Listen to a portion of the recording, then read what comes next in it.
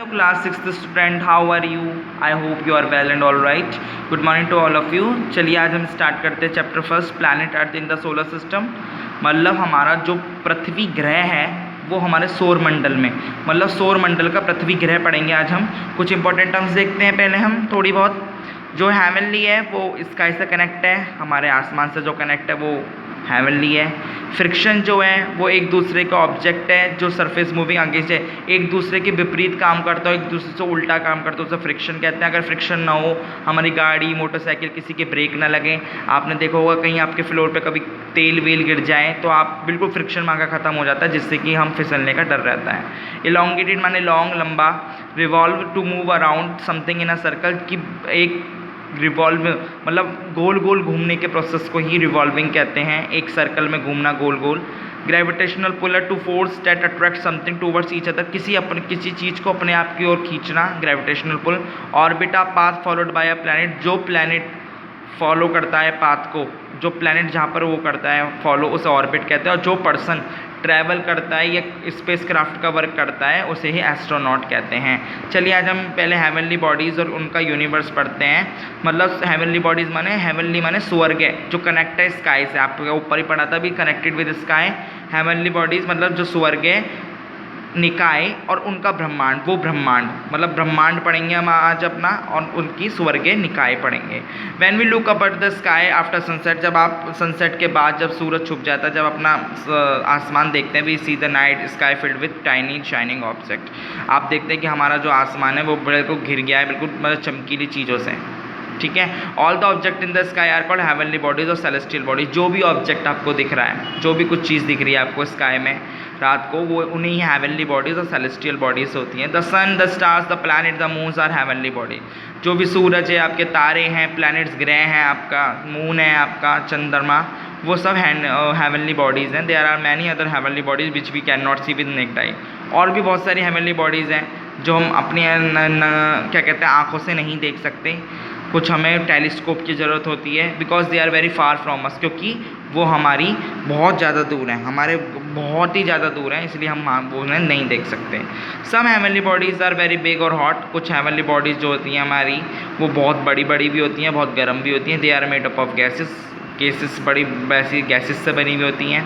They have their own heat और light, उनके पास अपनी ही हीट होती है और अपनी ही लाइट होती है उनके पास, जैसे हमारा सन, विच इमिट्स इन लार्ज अमाउंट, जो वो लार्ज अमाउंट में निकालते हैं, और उन्हीं बॉडीज़ को हम स्टार्स भी क्या कहते हैं stars. The heavenly bodies in groups और क्लस्टर, हेवनली बॉडी जो हमारी ग्रुप्स में भी हो सकती हैं और क्लस्टर में भी हो सकती हैं, मतलब गुच्छों में हो सकती हैं। We live in the Milky Way, जिसके अंदर बहुत सारे स्टार्स होते हैं, उन्हें गैलेक्सी कहते हैं। हम मिल्की वे गैलेक्सी में रहते हैं, जिसे आकाशगंगा भी कहते हैं। इसके अंदर मिलियंस ऑफ स्टार्स है, कितने 900 करोड़ स्टार्स हैं इसमें, कितने हैं 900 करोड़ स्टार्स, गैलेक्सियाँ हमारी तरह, हमारी जैसे जैसे सन है ना, एक एक ऐसे सोलर सिस्टम में पूरे मतलब 900 करोड़ ऐसे पृथ्वी, ऐसे सोलर सिस्टम है पूरे 8 प्लैनेट्स की, ये सोचो तुम। अदर हेवनली बॉडीज अलग देखते हैं हम, निकाय देखते हैं कुछ। बिसाइड्स द प्लैनेट और सैटेलाइट, अगर हम प्लैनेट और सैटेलाइट के अलावा there are numerous other small bodies देखते हैं जो सन के चारों तरफ घूमती है, जैसे एस्टेरॉइड्स हैं, मैटियोर्स हैं, कॉमेट्स हैं, कॉन्स्टिलेशंस हैं, ठीक है।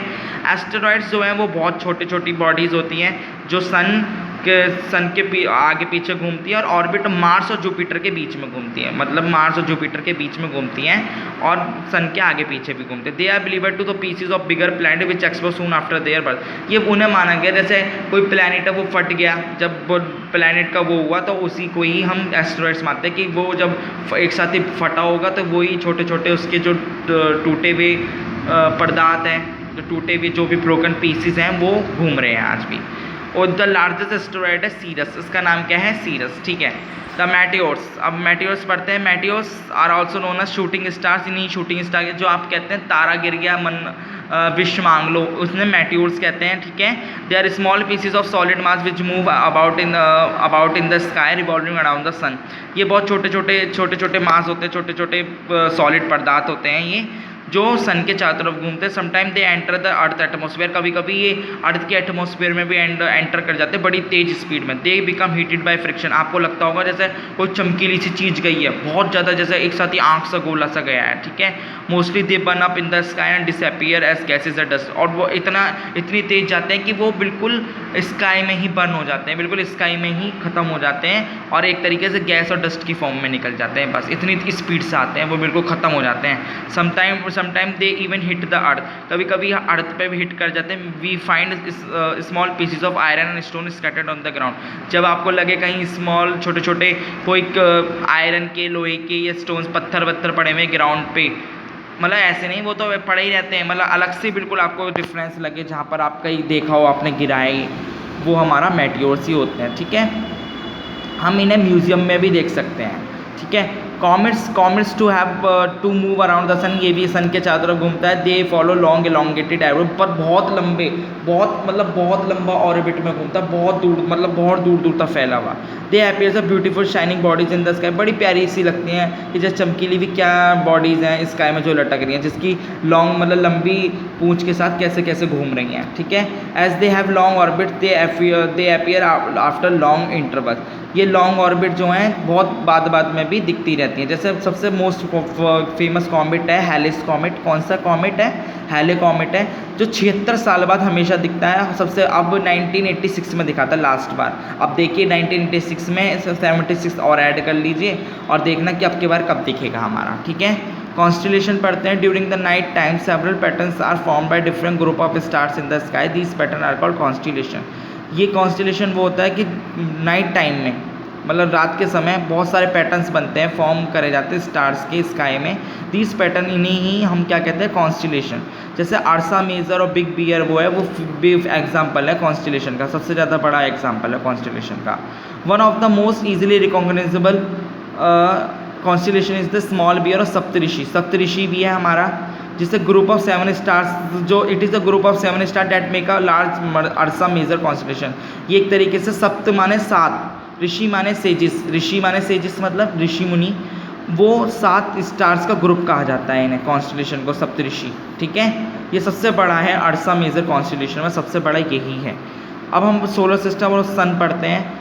The solar system is often called the solar family with sun is is head. Solar system को ही सोलर फैमिली कहते हैं, जो जिसमें सन सो है सबसे बड़ा। जैसे आपके यहाँ दादाजी सबसे बड़े हैं, जो भी हैं दादाजी के फादर भी होंगे, वो जो भी हैं वो सबसे बड़े हैं। It means the family of the sun, ये फैमिली, सन की फैमिली कहा जाता है ना, सोलर फैमिली को फैमिली की कहा जाता है सन की। The sun together with 8 planets and other celestial heavenly body that are bounded by gravity is called solar system. Sun, सूरज और उसके 8 ग्रह और उसके सेलेस्टियल बॉडी, जो हमने मेटियोर, एस्टेरॉइड्स, कॉमेट्स पढ़े हैं, ठीक है, सैटेलाइट्स पढ़े हैं, उन्हीं को सबको मिला के सोलर सिस्टम कहते हैं। जो लैटिन वर्ड से निकला है, सोल का मीनिंग है सन, और solar stand for all that are connected with the sun in some ways और अदर। ये सब वो हैं जो किसी न किसी से कनेक्ट करे हुए हैं सन से। The sun and the 8 planets that revolve around the sun are the members of the solar system. जो भी सन है और उसके 8 प्लैनेट्स जो सन के चारों तरफ घूम रहे हैं, वही मेंबर कहा जाते हैं सोलर सिस्टम के। जो अर्थ प्लैनेट्स आर, कौन कौन से अर्थ 8 प्लैनेट्स? वो हैं mercury, Venus, earth, Mars, Jupiter, Saturn, Uranus, Neptune. Apart from all these, there are some smaller celestial body as well as in the solar system. इसके अलावा भी छोटी छोटी सेलेस्टियल बॉडीज़ हैं सोलर सिस्टम में, उनको कहते हैं सैटेलाइट। सैटेलाइट आपको पता है, हमारी अर्थ के पास एक सैटेलाइट है क्या? मून, जो आपका सूर्य निकलता है वो सन, चंद्रमा निकलता है, वो ही सैटेलाइट है जो हमारे अर्थ का चारों तरफ का चक्कर लगाता है। अर्थ हमारे सूर्य का चारों तरफ का चक्कर लगाती है और सैटेलाइट हमारी अर्थ का चारों तरफ चक्कर लगाता है, हमारा मून जो है, ठीक है। सन जो है बिगेस्ट मेंबर है हमारी सोलर फैमिली का।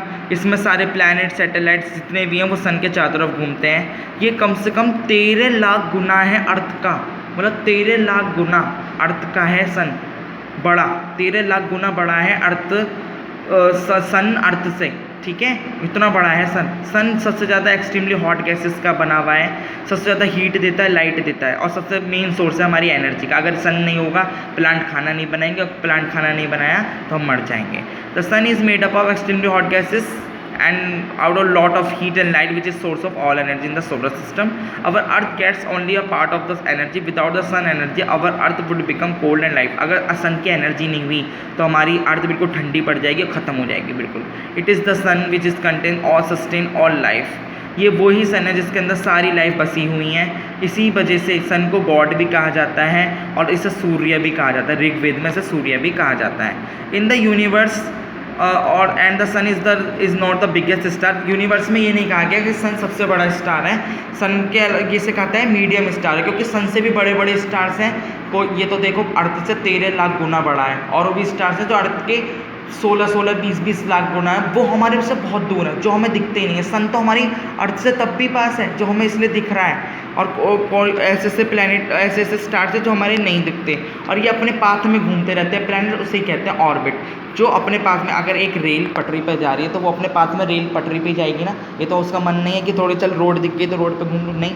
तो अपने पाथ पे ही घूमने के प्रोसेस को ऑर्बिट कहते हैं. ठीक है, कुछ कन्फ्यूज़न हो आप मुझसे पूछे. बाकी का पार्ट हम प्लैनेट जो है वो हम अगले पार्ट में करेंगे. ठीक है, थैंक यू.